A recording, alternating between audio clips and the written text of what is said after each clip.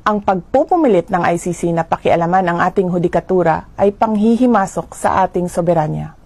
Paglapasangan ito sa dignidad ng mga Pilipino at sa karangalan ng Pilipinas. Wala na itong debate sa testigo at mga tao na nakapalikod sa kanya. Mag-file kayo ng kasong murder laban sa akin dito sa Pilipinas. Ayon sa isang nagpakilalang testigo, may kinalaman umano ako sa Oplan Tukhang, sa Davao Death Squad, at sa mga insidente ng pagpatay o extrajudicial killing sa Davao. Bago ang script na ito, sa mga taon na nagsilbi ako bilang Vice Mayor at Mayor ng Davao City, ni minsan ay hindi naugnay ang aking pangalan sa isyong ito.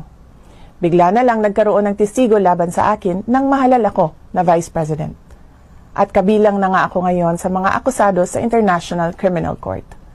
Maliban sa tiyempo, malinaw na sadyang pinilit lang na maidugtong ang pangalan ko sa isyong ito para ako maging akusado sa ICC.